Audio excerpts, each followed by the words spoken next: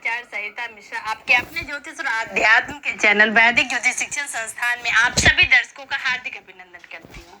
आज मैं आप सभी को रामनवमी तिथि के बारे में विस्तार से जानकारी दूंगी कि रामनवमी का त्योहार कब है, इसका शुभ मुहूर्त क्या है और प्रत्येक राशि के अनुसार हमें किस प्रकार से इस दिन पूजा विधान करने से ईश्वर का आशीर्वाद प्राप्त होगा। इन सभी के बारे में मैं आज आप सभी को विस्तार से जानकारी दूंगी, तो मेरे साथ कार्यक्रम में अंत तक बने रहिएगा। जानकारी अगर अच्छी लग रही हो तो प्लीज मेरे वीडियो को ज्यादा ज्यादा लाइक करें, चैनल पे अगर पहली बार आए चैनल को सब्सक्राइब करें, बेल आइकन को प्रेस कर ले और मेरी इस जानकारी को अपने जानने वालों में ज्यादा ज्यादा शेयर करें। और यदि किसी को अपनी कुंडली मुझसे एनालाइज करवानी है तो मेरे मोबाइल नंबर 8383904847 पे कॉल करके मुझसे अपनी कुंडली एनालाइज करवा सकते हैं। मैंने ज्योतिष के क्षेत्र में वैदिक ज्योतिष, पामिस्ट्री, न्यूमरोलॉजी, टैरो, वास्तु, फेसिटिंग, gemology, advance predictive astrology, remedial code, vastu shastra, इन सभी विषयों का मैंने अध्ययन कर रखा है और लगभग 10-12 साल से मैं इस क्षेत्र में लोगों को सेवा दे रही हूँ।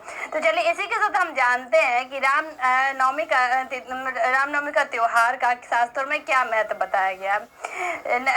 चैत नवमी तिथि जिसे रामनवमी के नाम से भी जाना जाता है, सनातन धर्म में सबसे महत्वपूर्ण त्योहारों में से एक माना जाता है।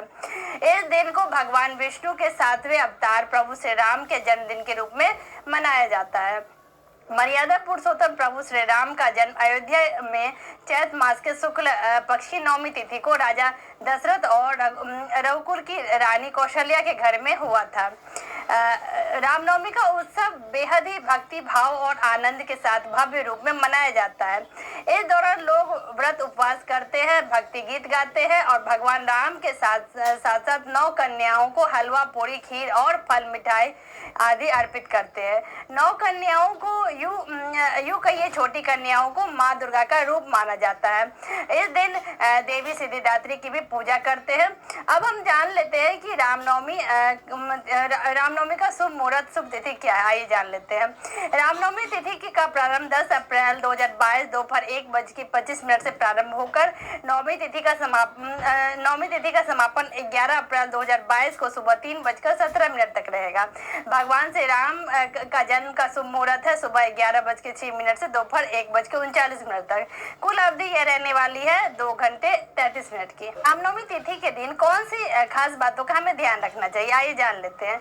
इस दिन ब्रह्म मुहूर्त में उठकर गंगा नदी में स्नान करें। हालांकि यदि ऐसा संभव न हो तो नहाने के पानी में थोड़ा सा गंगाजल डालकर उससे ही स्नान कर सकते हैं। देवी दुर्गा की पूजा इसलिए क्योंकि भगवान श्री राम ने भी युद्ध के मैदान में जीत के लिए माँ दुर्गा देवी की उपासना की थी।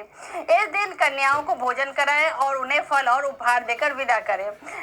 राम रक्षा स्रोत, राम मंत्र और रामायण के बालकांड का पाठ करना चाहिए इस दिन। अब हम जानते हैं कि रामनवमी से जुड़ी धार्मिक कथा क्या है शास्त्र में, आइए जान लेते हैं।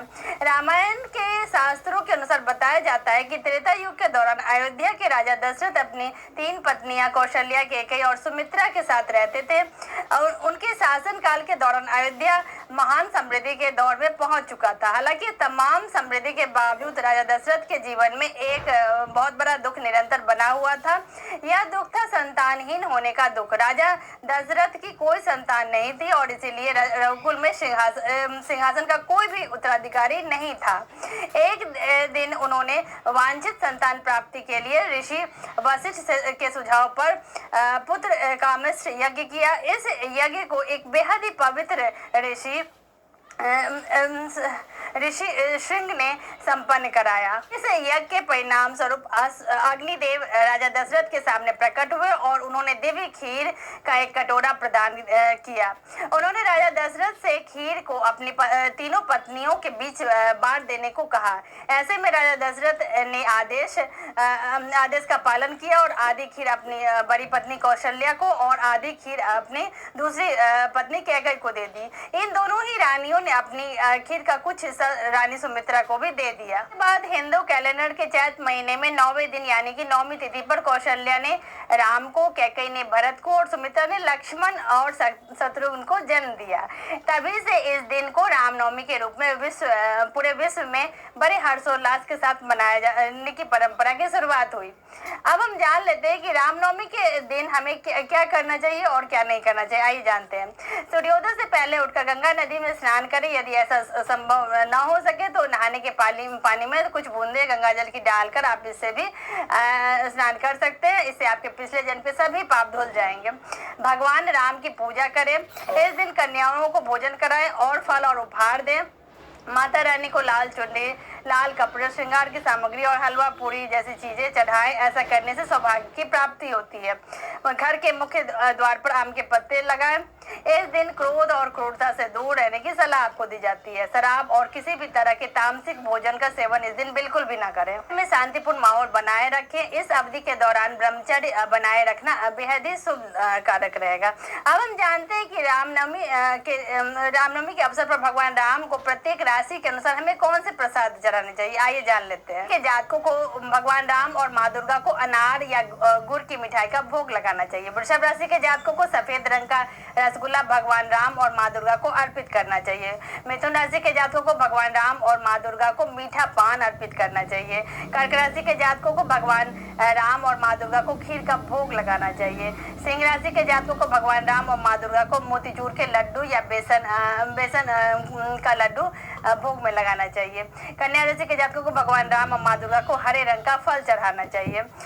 तुला राशि के जातकों को भगवान राम और माँ दुर्गा को काजू कतरी की मिठाई का भोग लगाना चाहिए। वृश्चिक राशि के जातकों को भगवान राम और माँ दुर्गा को हलवा पूरी का भोग लगाना चाहिए।